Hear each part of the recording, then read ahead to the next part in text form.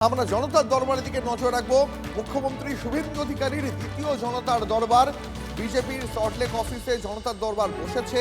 আজ মুখ্যমন্ত্রীর কাছে এসে পৌঁছেছেন চাকরির প্রার্থী চাকরিহারাদের 9টি সংগঠন। এসএলএসটি 2016 চাকরিহারারা আজ মুখ্যমন্ত্রীর দরবারে চাকরির প্রার্থীদের অভাব অভিযোগের কথা শুনবেন মুখ্যমন্ত্রী শুভেন্দু অধিকারী। এর আগে আপনাদের মনে থাকবে গত সোমবার শুরু হয়েছিল মুখ্যমন্ত্রীর শুভেন্দু অধিকারীর জনতার দরবার। সল্টলেক পার্টি অফিসে বসেই অভাব অভিযোগ শোনেন মুখ্যমন্ত্রী। আজও তিনি তা শুনছেন।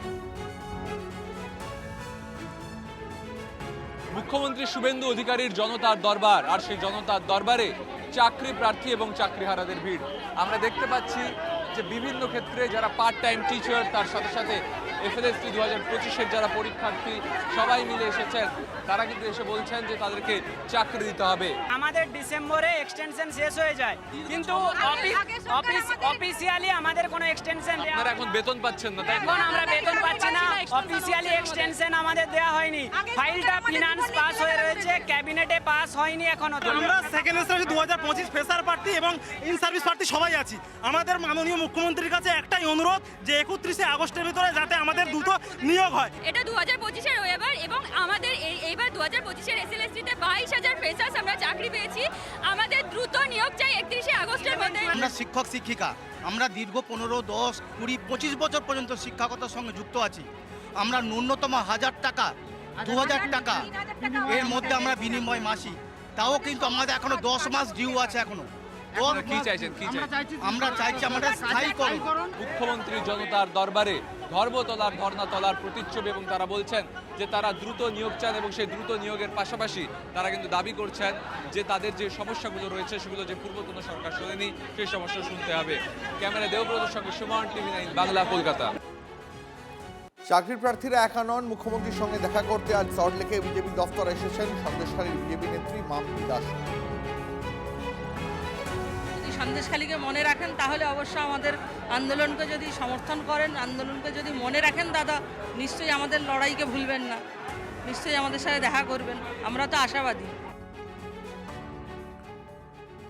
মুখ্যমন্ত্রীর কাছে অভিযোগ জানাতে জনতার দরবারে বৃদ্ধ পৈতৃক বাড়ি প্রমোটিং এর সময় প্রতারণার শিকার সোনা পাপ্পু মামলায় ইতিমধ্যেই ধৃত জয় কামদারের বিরুদ্ধে প্রতারণার অভিযোগ তুলেছেন এই বৃদ্ধ। পৈতৃক ভিটা খুব পুরনো হয়ে যাওয়ার কারণে আমরা প্রমোটিং করার জন্যে একজন প্রমোটারকে হ্যান্ডওভার করি। কথা ছিল যে বিল্ডিং ডেভেলপমেন্টের পর আমাকে ফ্রন্ট সাইডে আমাকে আমার ন্যায্য ফ্ল্যাট হ্যান্ডওভার করবে, কিন্তু কার্যক্ষেত্রে দেখা গেল যে বিল্ডিং তৈরি হয়ে যাওয়ার পরেও ওই প্রমোটার আমাকে আমার প্রাপ্য অধিকার দিচ্ছে না।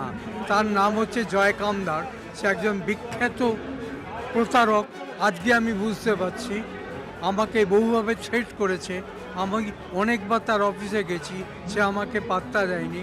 তাই আমি আজকে মুখ্যমন্ত্রীর কাছে এসেছি। একদিকে মুখ্যমন্ত্রী শুভেন্দু অধিকারী আজ যেমন জনতার দরবার করছেন, তেমনি আর খানিকক্ষণের মধ্যেই বেলা 12টা নাগাদ নবান্নে হাই প্রোফাইল বৈঠক করবেন।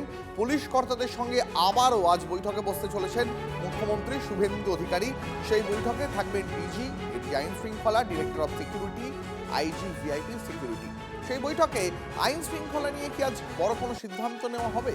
জানতে কথা বলবো আমাদের প্রতিনিধি দীক্ষা ভূঁইয়ার সঙ্গে। দীক্ষা, দেখো, ইতিমধ্যেই কিন্তু এটা দ্বিতীয় বৈঠক হবে যে পুলিশের শীর্ষ কর্তা এবং সমস্ত জেলা পুলিশ সুপার এবং কমিশনারেটের সিপিদের সঙ্গে বৈঠক। তেমনি ডিরেক্টর অফ সিকিউরিটি বা সিআরপিএফ এর যে ভিআইপি সিকিউরিটি, তার সঙ্গেও বসবেন। মূলত তিনি প্রথম দিনই কিন্তু পুলিশকে স্পষ্ট করে দিয়েছিলেন যে ফ্রি হ্যান্ড এবং ফ্রি ইন্টারাকশন, অর্থাৎ পুলিশ আইন শৃঙ্খলা মেনে যেখানে যা ব্যবস্থা নেওয়া তার জন্য ফ্রি হ্যান্ড দেওয়া রয়েছে, সেখানে কেউ হস্তক্ষেপ করবে না, আইন মেনে পুলিশ কাজ করবে। এবং ফ্রি ইন্টারাকশন অর্থাৎ যে কারোর সঙ্গে পুলিশ, অর্থাৎ বিরোধী বা যে কারোর সঙ্গে পুলিশ স্বচ্ছন্দে কথা বলতে পারে, কিন্তু আইন মেনে কথা বলতে হবে। এবং দ্বিতীয় নম্বর হচ্ছে কিন্তু পুলিশ যেন কোথাও কোনো আইন শৃঙ্খলা রক্ষা করতে গিয়ে মার না খায়। আজকে সেটাই রিভিউ করতে বসছেন, রিভিউ মিটিংয়ে বসতে চলেছেন দ্বিতীয়বার। তার কারণ কোথাও কোনো অসুবিধা হচ্ছে কিনা, পুলিশকে কোথাও অসুবিধায় পড়তে হচ্ছে কিনা, সম্মুখীন হতে হচ্ছে কিনা। এবং আরেকটা যেটা বলা হয়েছিল যে ভিভিআইপি সিকিউরিটি দিতে গিয়ে প্রচুর পরিমাণে পুলিশ কিন্তু লাগে, সেখানে পুলিশের শূন্যপদ কিন্তু এখনো ঘাটতি পূরণ হয়নি। ফলে সেই জায়গাগুলোতেও অনেক দেখা যাচ্ছে যে ভিভিআইপি যে সিকিউরিটি যার যেটা দরকার সেটা একটা নির্দিষ্ট করে চিহ্নিত করে বলা হয়েছে, কোনো লাইফ থ্রেট থাকলে তাদের সিকিউরিটি থাকবে, না হলে সিকিউরিটি যতটা সম্ভব কমিয়ে দিতে হবে, পুলিশদেরকে অন্য কাজে ব্যবহার করতে হবে। ফলে পুরো বিষয়টি নিয়ে আজকে রিভিউ মিটিং বলে প্রশাসন সূত্রে মনে করা হচ্ছে। ধন্যবাদ দীপিকা। শান্তনু সিনহা বিশ্বাসের দুটি মোবাইল ফোন গায়েব, ক্রমশই ঘনীভূত হচ্ছে রহস্য। ধৃত এই প্রাক্তন পুলিশ কর্তার দুটি মোবাইল ফোনই খুঁজে পাওয়া যাচ্ছে না। মোবাইল হারিয়ে যাওয়ার অভিযোগও করেননি প্রাক্তন ডিসিপি। তাহলে কোথায় এই মোবাইল? এখনো বলতে পারেননি শান্তনু সিনহা বিশ্বাস। শেষবার মোবাইল চালু থাকার সময় লোকেশন ট্র্যাক করছে ইডি। শান্তনুর মোবাইলে জয় কামদার এবং প্রভাবশালীদের সঙ্গে চ্যাট রয়েছে, এমনটাই খবর ইডি সূত্রে। তথ্য লোপাটের জন্য তাহলে কি মোবাইল ফোনটি নষ্ট করে ফেলেছেন শান্তনু, বা কোথাও লুকিয়ে ফেলেছেন? এই নিয়ে প্রশ্ন উঠছে। শান্তনু সিনহা বিশ্বাসের দুটি মোবাইল ফোনই কি গায়েব? ক্রমশই ঘনীভূত হচ্ছে এই রহস্য। আমরা কথা বলবো সুজয়, আমাদের সহকর্মী আমাদের সঙ্গে রয়েছেন এই মুহূর্তে।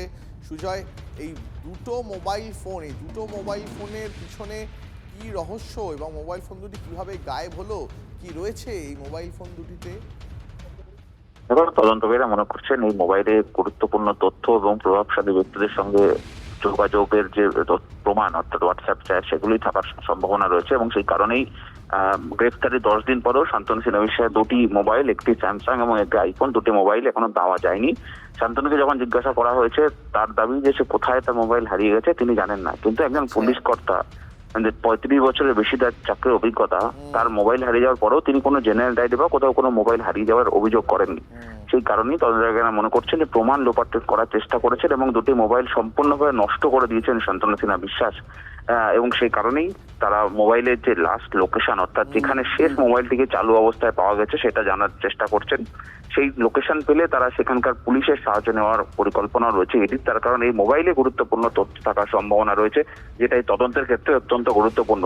আর সেটা জেনেই শান্তনু সিনহা বিশ্বাস ইচ্ছাকৃত প্রমাণ লোপাট করেছে বলে তদন্তকারীরা মনে করছেন। ধন্যবাদ সুজয়।